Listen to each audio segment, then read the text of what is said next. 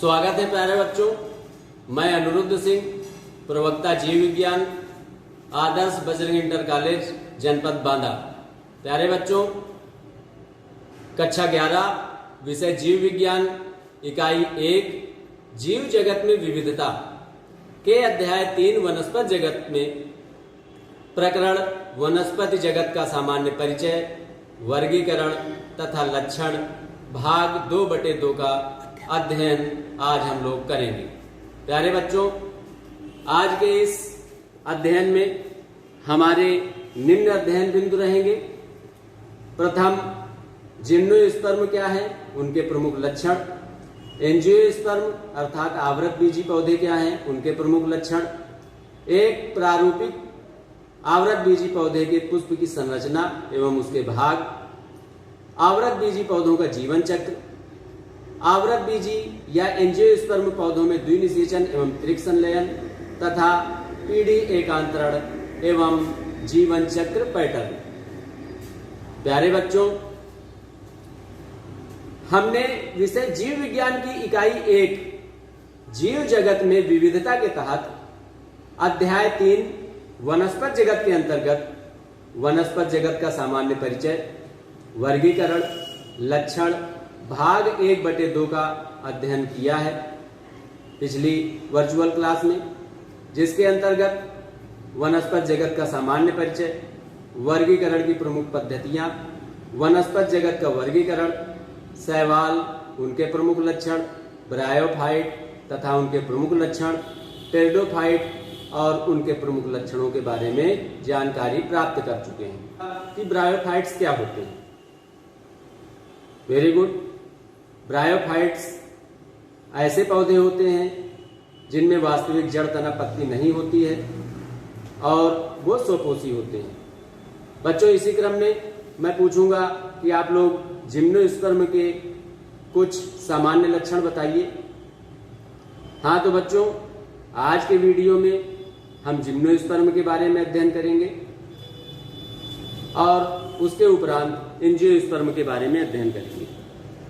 बच्चों, gymnosperm, gymno से तात्पर्य है हिडन यानी छुपे हुए, यानी जिम्नोस्पर्म ऐसे पौधे होते हैं जिनमें कुछ चीजें नेक्ड होती हैं। नेक्ड मतलब उनमें जो बीज होते हैं वो खुले होते हैं, उनके ऊपर कोई कवरिंग नहीं होती है। बच्चों, जिम्नोस्पर्म अंडाशय भित्ति रहित बीजांड युक्त पादप हैं जो जड़, तना तथा पत्ती में विभेदित होते हैं, सुस्पष्ट संवहन ऊतक होते हैं तथा इनमें बीज का निर्माण होता है। बच्चों, जिम्नोस्पर्म के लक्षण, सर्वप्रथम माप तथा आकार। इनमें छोटे झाड़ी के आकार के सीमित वृद्धि से लेके असीमित वृद्धि तक के वृक्ष पाए जाते हैं। जो संवहन ऊतक है इनमें जाइलम फ्लोएम विकसित एवं उपस्थित। प्रभावी अवस्था जिम्नोस्पर्म में बीजाणुद्भिद होती है। अगले बिंदु में जिम्नोस्पर्म में मुख पादप काय स्पोरोफाइट है, जिसमें मूल, तना तथा पत्तियां उपस्थित होती हैं। जड़ें मूसला प्रकार की होती हैं। बच्चों, इनके कुछ जीनस में मूल कवक उपस्थित होते हैं, जैसे पाइनस।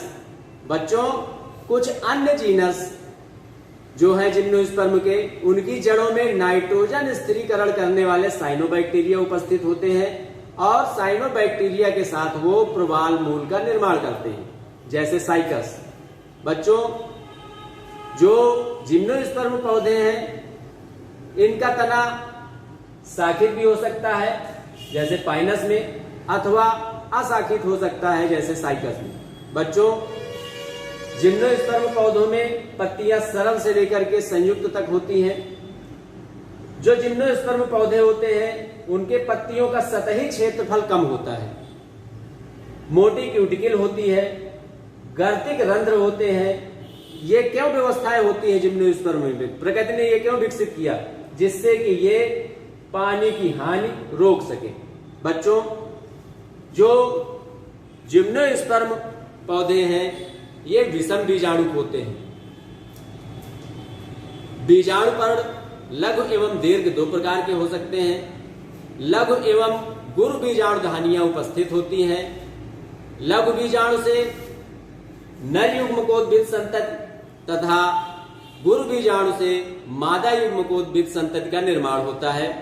बच्चों, जिम्नोस्पर्म पौधों में बीजांड एवं बीज का निर्माण होता है। बीजांड के चारों ओर अंडाशय भित्ति अनुपस्थित होती है, इसीलिए इनका नाम जिम्नोस्पर्म है। अतः तात्पर्य यह है कि बीज आवरण रहित होते हैं। बच्चों, जो जिम्नोस्पर्म पौधे हैं इनमें बहुत विशालकाय वृक्ष सिकुआ एक जिम्नोस्पर्मिक प्लांट है। साथ ही साथ यहाँ पर साइकस का वृक्ष दिखाया गया है और ये ऊपर पाइनस का वृक्ष दिखाया गया है। बच्चों, इनका आर्थिक महत्व क्या है? जो साइकस पौधे हैं इनकी प्रजातियों से सागो स्टार्च प्राप्त होता है, भोजन के रूप में उपयोग किया जाता है। पाइनस प्रजाति से चिलगोजा प्राप्त होता है, चिलगोजा के बीज बाजार में बिकते हैं। बच्चों, इसी प्रकार से जिम्नोस्पर्म में टैक्सस प्रजाति से एंटी कैंसर दवा प्राप्त होती है जिसका नाम टैक्सॉल है। इफेड्रा एक जिम्नोस्पर्मिक पौधा है जिससे अस्थमा की दवा इफेड्रिन मिलती है। बच्चों, जिम्नोस्पर्म के बहुत सारे पौधों में टिकाऊ लकड़ी बनती है और उनसे टिम्बर के लिए लकड़ी प्राप्त की जाती है। बच्चों, जिम्नोस्पर्म के बाद अब हम लोग एंजियोस्पर्म पौधों के बारे में चर्चा करेंगे, उनके प्रमुख लक्षणों के बारे में बात करेंगे। एंजियोस्पर्म पौधे, अभी हम लोगों ने चर्चा किया जिम्नोस्पर्म पौधे जिनमें बीज नग्न होते हैं। जो एंजियोस्पर्म पौधे हैं ये नग्न बीजी नहीं होते हैं, बीज के चारों तरफ किसी न किसी चीज का आवरण होता है, जैसे कि फल का। बच्चों, एंजियोस्पर्म ऐसे सुविकसित संवहनी पादप हैं जिनमें परागकण तथा बीजांड विशिष्ट रचना के रूप में विकसित होकर पुष्प बनाते हैं। बच्चों ध्यान दीजिएगा, एंजियोस्पर्म ऐसे सुविकसित संवहनी पादप हैं जिनमें परागकण तथा बीजांड विशिष्ट रचना के रूप में विकसित होकर पुष्प बनाते हैं। ये ऐसे पुष्पी पादप हैं जिनमें बीज फलों के भीतर स्थित होते हैं। बच्चों, यह वनस्पति जगत में पादपों का सबसे बड़ा वर्ग है। अगले भाग में इसी क्रम में हम लोग एंजियोस्पर्म पौधों के लक्षण कुछ देखते हैं। बच्चों, माप तथा आकार। कुछ पौधे एंजियोस्पर्म के बहुत ही छोटे होते हैं जैसे वुल्फिया, और कुछ पौधे बहुत ही विशाल होते हैं जैसे यूकेलिप्टस। दूसरे बिंदु में संवहन ऊतक। बच्चों, सुविकसित जाइलम फ्लोएम उपस्थित होते हैं। प्रभावी अवस्था इनमें बीजाणुद्भिद होती है। बीज में बीज पत्रों की उपस्थिति होती है और बीज पत्र में बीज पत्रों की संख्या 1 या 2 होती है। इसलिए बीज में बीज पत्रों की उपस्थिति के आधार पर एंजियोस्पर्म पौधों का वर्गीकरण भी किया जा सकता है। इसलिए बीज में बीज पत्रों की उपस्थिति के आधार पर एंजियोस्पर्म अर्थात आवृत बीजी पौधे 2 प्रकार के हो सकते हैं। द्विबीजपत्री आवृत बीजी पौधे, एक बीजपत्री आवृत बीजी पौधे। बच्चों, जो द्विबीजपत्री आवृत बीजी पौधे हैं इनके बीज में 2 बीज पत्र उपस्थित होते हैं, जैसा कि आप इस चित्र में देख रहे हैं। 2 कार्टिलेडन इन सीड, बीज में एक कार्टिलेडन इधर है और एक कार्टिलेडन इधर है। दूसरा, पत्तियों में जालिकावत सिरा विन्यास। आप पत्ती में देख रहे हैं कि जो सिरा विन्यास है ये एक नेट बना रहा है, जालिका बना रहा है, जाल बना रहा है। अगला बिंदु, पुष्प प्रायः चतुष्टयी या पंचटयी होते हैं। यहां पर आप एक पुष्प देखिए द्विबीजपत्री पौधे का, जिसमें हमें 5 पेटल्स या दल दिखाई दे रहे हैं, अर्थात यहाँ पर पंचतई व्यवस्था पुष्प में दिखाई दे रही है। बच्चों, इसी क्रम में जो एक बीजपत्री पौधे हैं, एक बीजपत्री आवृत बीजी पौधे हैं, इनके बीच में एक बीजपत्र उपस्थित होता है। जैसे यहां पर देख रहे हैं, जिया मेष मकाई के भुट्टे के बीज का अनुप्रस्थ काट है, इसमें एक कार्टिलेडन यानी एक बीजपत्र दिखाई दे रहा है पीले रंग का। बच्चों, जो एक बीजपत्री पौधे होते हैं, इनकी पत्तियों में समानांतर सिरा विन्यास होता है, यानी जो सिराएं होती हैं वो इस प्रकार से धाराकार व्यवस्था में व्यवस्थित होती हैं, जैसे धान की पत्ती, गेहूं की पत्ती, केले की पत्ती आदि। बच्चों, एक बीजपत्री पौधों में पुष्प प्रायः त्रिटयी होते हैं, जैसे कि ये यहाँ पर एक पुष्प देख रहे हैं, यहाँ पर 3 पेटल्स दिखाई दे रहे हैं। इसी प्रकार से इसमें एंथर्स भी 3 दिखाई दे रहे हैं। बच्चों, अब हम एक प्रारूपिक पुष्प एवं उसके भाग के बारे में चर्चा करते हैं। बहुत ही महत्वपूर्ण है आवृत बीजी पौधों को समझने के लिए, क्योंकि ये पादपों का सबसे बड़ा वर्ग है, तो इनके फूल की संरचना के बारे में हमें विस्तृत जानकारी होना चाहिए। प्यारे बच्चों, एक आवृत बीजी प्रारूपिक पुष्प के 4 भाग होते हैं: बाह्य दलपुंज, दलपुंज, पुंकेसर, स्त्री केसर। बच्चों, बाह्य दलपुंज जो है, इसकी इकाई बाह्य दल होती है। जो दलपुंज होते हैं, इसकी इकाई दल होती है। जो पुंकेसर है, यह पुष्प के नर जनन अंग है और इसके मुख्य 3 भाग होते हैं: तंतु, योजी, परागकोश। इसी प्रकार से स्त्री केसर पुष्प का मादा जनन अंग होता है, जिसके भी 3 भाग होते हैं: वर्तिकाग्र, वर्तिका, अंडाशय। प्यारे बच्चों, जो परागकोश है, परागकोश में पराग कणों का निर्माण होता है और अंडाशय जो स्त्री केसर के संरचना है, वहां अंडाशय के अंदर बीजांड स्थित होता है। प्यारे बच्चों, यहां पर हम लोग एक पुष्प की प्रारूपिक संरचना देख रहे हैं। बच्चों, पुष्प में ये पुष्पासन है, इंग्लिश में थैलेमस कहते हैं। थैलेमस के नीचे आप देखिए, यहां पर सेपल्स की व्यवस्था नीचे है। सेपल यानी बाह्य दल कहते हैं इनको। दूसरे जो हल्के लाल रंग के दिखाई दे रहे हैं, इनको दल कहते हैं, दल दिखाई दे रहे हैं। पुंकेसर, इस प्रकार से ये जो संरचनाएं दिखाई दे रही हैं दोनों तरफ, पुंकेसर अर्थात पुष्प के नर जनन अंग है। बच्चों, बीच में ये एक संरचना दिखाई दे रही है जिसमें पिस्टिल लिखा हुआ है, स्त्री केसर कहते हैं, मादा जननांग होता है। प्यारे बच्चों, यहां पर एक पुंकेसर का प्रारूपिक चित्र बना हुआ है, आप जिसमें ये फिलामेंट लिखा हुआ है, तंतु है, हिंदी में तंतु कहते हैं, इंग्लिश में फिलामेंट। जहां पर फिलामेंट और परागकोश यानी एंथर एक दूसरे से जुड़ रहे हैं, उस बिंदु को योजी या कनेक्टिव कहते हैं। इसी एंथर या परागकोश के अंदर पराग कण भरे होते हैं, जो विकसित होकर के नर युग्मकोद्भिद का विकास करते हैं, अर्थात 2 नर युग्मकों का निर्माण होता है। बच्चों, इसी प्रकार से यह एक मादा जननांग में स्त्री केसर का चित्र बना हुआ है। इसके 3 भाग हैं। सबसे ऊपर का फूला हुआ भाग स्टिग्मा, जिसको वर्तिकाग्र कहते हैं। लंबा पाइपनुमा हिस्सा जिसे वर्तिका कहते हैं, इंग्लिश में स्टाइल कहते हैं। नीचे का फूला हुआ ये भाग जिसे अंडाशय कहते हैं।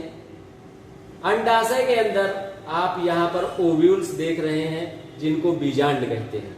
प्यारे बच्चों, पूरा पुष्प पुष्पासन पर स्थित होता है। पुष्पासन को थैलेमस कहते हैं। बच्चों, बीजांड के अंदर मादा युग्मकोद्भिद का विकास, अंड कोशिका, ध्रुवीय कोशिका, प्राथमिक कोशिकाएं एवं सहायक कोशिकाओं का निर्माण होता है। प्यारे बच्चों, एंजियोस्पर्म अर्थात आवृत बीजी पौधों का जीवन चक्र, पुष्प की प्रारूपिक संरचना समझने के बाद अब हम लोग आवृत बीजी पौधों के जीवन चक्र के बारे में चर्चा कर सकते हैं। तो बच्चों, पुष्पी पादपों में नर एवं मादा जननांग क्रमशः पुंकेसर तथा स्त्री केसर होते हैं। अभी हम लोगों ने पुष्प की प्रारूपिक संरचना में इसको देखा है। पुंकेसर में पराग कोश स्थित होते हैं। पराग कोश में पराग कणों अर्थात लघु बीजाणुओं का निर्माण होता है।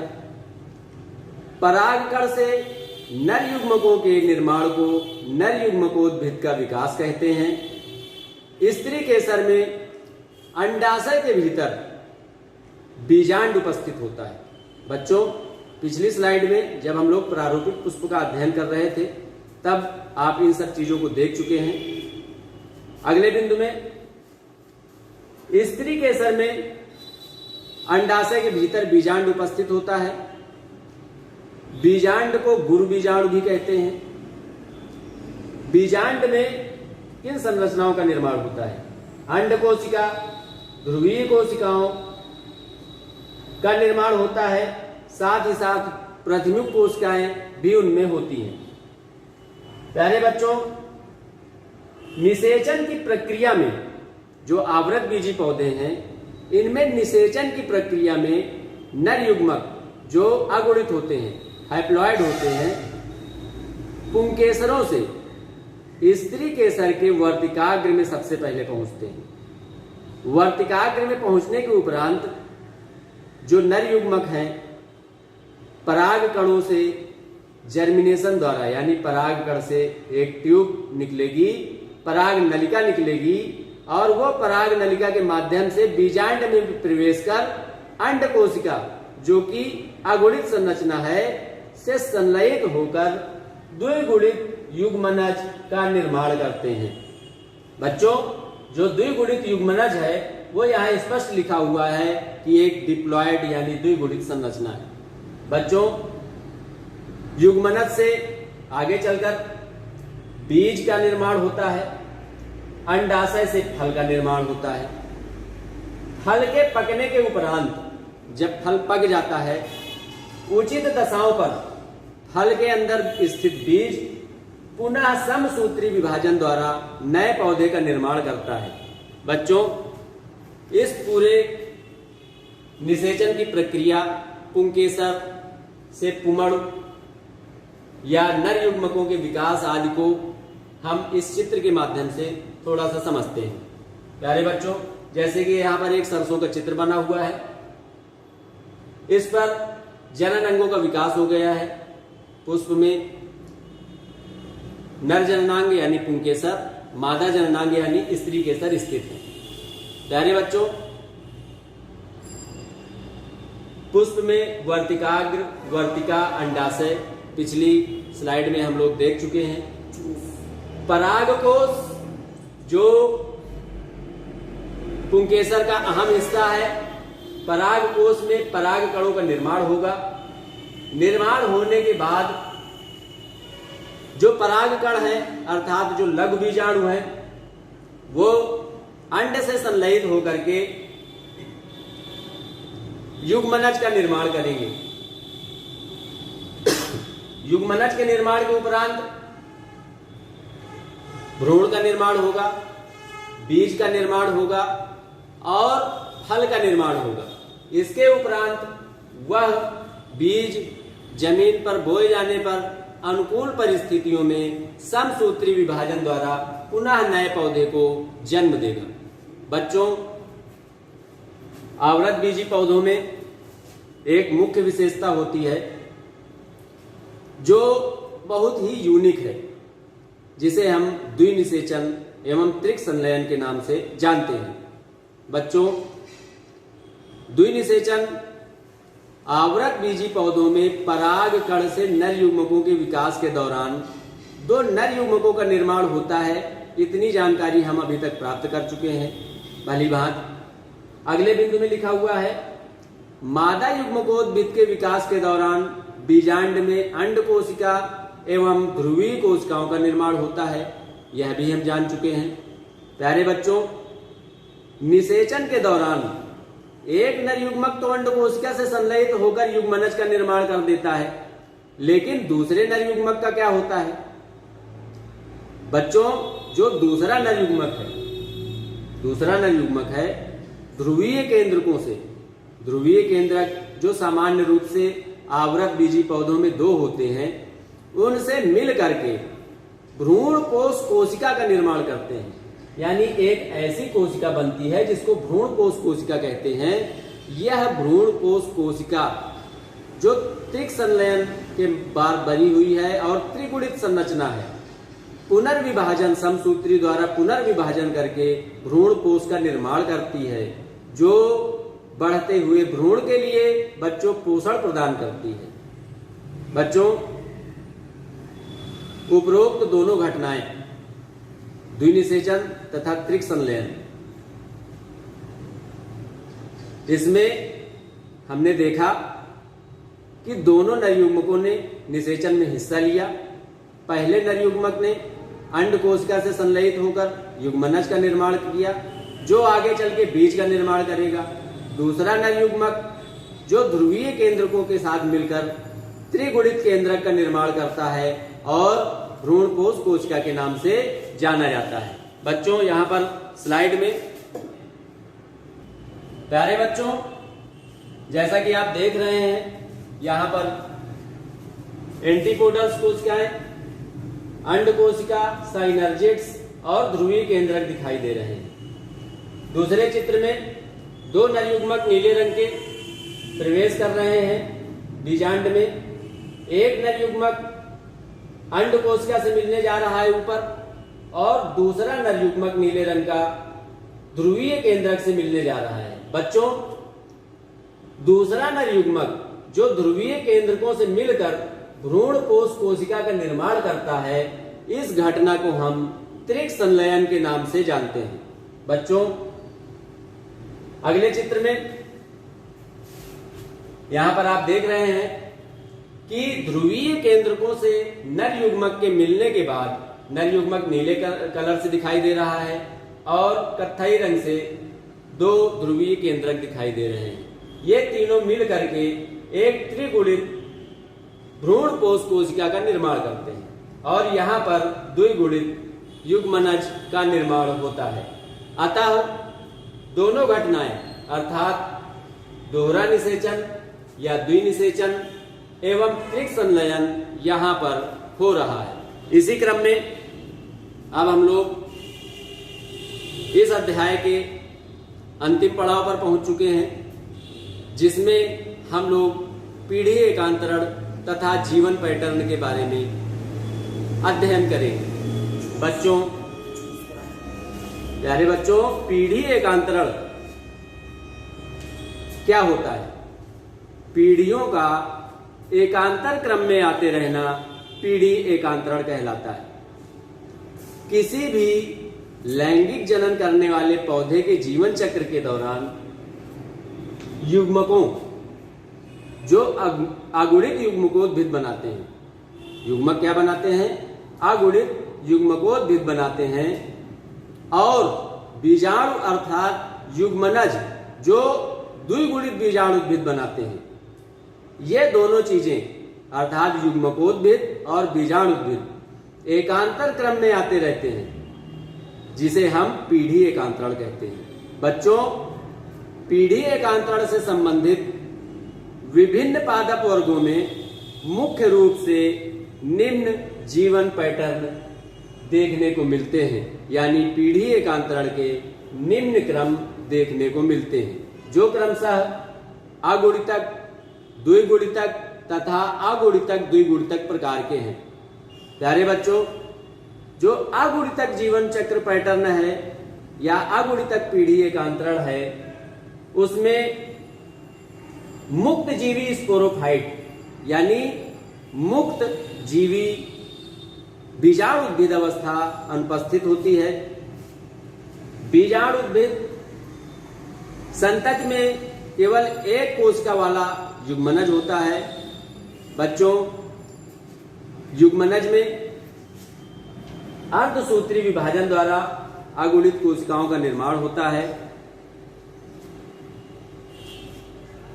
अगुणित कोशिका द्वारा युग्मकोद्भिद का विकास होता है। बच्चों, यहां पर अगुणितक पीढ़ी एकांतरण के कुछ उदाहरण हैं, जैसे कुछ शैवाल, वालवाक्स, स्पाइरोगाइला, क्लेमाइडोमोनास की कुछ जातियां अगुणितक पीढ़ी एकांतरण दर्शाते हैं। द्विगुणितक पीढ़ी एकांतरण, इसमें स्पोरोफाइट जो बीजाणु उद्भिद है, मुक्त जीवी है। युग्मकोद्भिद केवल एक कोशिका वाला या कुछ कोशिकाओं का बना हुआ है। उदाहरण के लिए कुछ शैवाल जैसे फ्यूकस तथा सभी बीजीय पादप, जिम्नोस्पर्म हो चाहे वो एंजियोस्पर्म हो। इसका फिगर आप नीचे देख रहे हैं, द्विगुणितक जीवन चक्र का या पीढ़ी एकांतरण का देख रहे हैं कि जो बीजाणु उद्भिद अवस्था है यह बड़ी है, नीले रंग की दिखाई दे रही है, और हल्के पीले रंग की अगुणित युग्मकोद्भिद अवस्था दिखाई दे रही है। बच्चों, अगुणितक द्विगुणितक पीढ़ी एकांतरण या जीवन चक्र पैटर्न क्या है? बच्चों, इसमें स्पोरोफाइट तथा युग्मकोद्भिद यानी बीजाणु उद्भिद तथा युग्मकोद्भिद अवस्थाएं मध्यावस्था में उपस्थित रहती हैं, यानी दोनों कॉन्स्पिकुअस होती हैं। दोनों अवस्थाएं बहुकोशिकीय होती हैं और प्रायः स्वतंत्र होती हैं। बच्चों, इसके उदाहरण ब्रायोफाइट एवं टेरिडोफाइट हैं तथा यहाँ पर आप देख रहे हैं कि बीजाणु उद्भिद एवं युग्मकोद्भिद अवस्थाएं दोनों लगभग कॉन्स्पिकुअस हैं। और यहाँ पर हम लोगों ने पीढ़ी एकांतरण के बारे में अध्ययन कर लिया। बच्चों, आज हमने क्या सीखा? प्यारे बच्चों, आज हमने जिम्नोस्पर्म एवं इनके प्रमुख लक्षण, एंजियोस्पर्म के प्रमुख लक्षण, एक आवृत बीजी पौधे का पुष्प एवं उसके भाग, आवृत बीजी पौधों का जीवन चक्र, आवृत बीजी पौधों में द्विनिषेचन एवं त्रिक संलयन जैसी महत्वपूर्ण घटना के बारे में तथा पीढ़ी एकांतरण एवं जीवन पैटर्न के बारे में अध्ययन किया। बच्चों, गृह कार्य नोट करें। आज के गृह कार्य में पहला प्रश्न लिखें, साइकस के कोरोलाइड मूल में पाए जाने वाले साइनोबैक्टीरिया का नाम लिखें। प्रश्न 2, जिम्नोस्पर्म के नर एवं मादा जननांगों के नाम लिखिए। अगला प्रश्न बच्चों तीसरा, बीज पत्रों के आधार पर एंजियोस्पर्म पौधों का वर्गीकरण कीजिए। प्रश्न नंबर 4 नोट करें, एक प्रारूपिक आवृत बीजी पुष्प का स्वच्छ नामांकित चित्र बनाइए। प्रश्न 5वां जो अंतिम प्रश्न है बच्चों, निम्न पर टिप्पणी लिखिए। आ, द्विनिषेचन क्या है? बा, त्रिक संलयन किसे कहते हैं? सा, अगुणितक पीढ़ी एकांतरण क्या है? दा, पुंकेसर एवं स्त्री केसर के भागों का चार्ट बनाएं।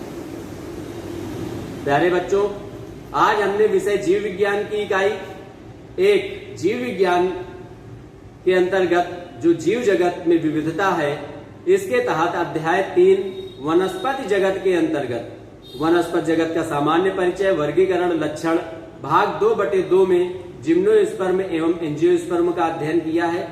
अगले वीडियो में हम अध्याय 4 के अगले प्रकरण प्राणी जगत का सामान्य परिचय, वर्गीकरण, लक्षण आदि का अध्ययन करेंगे।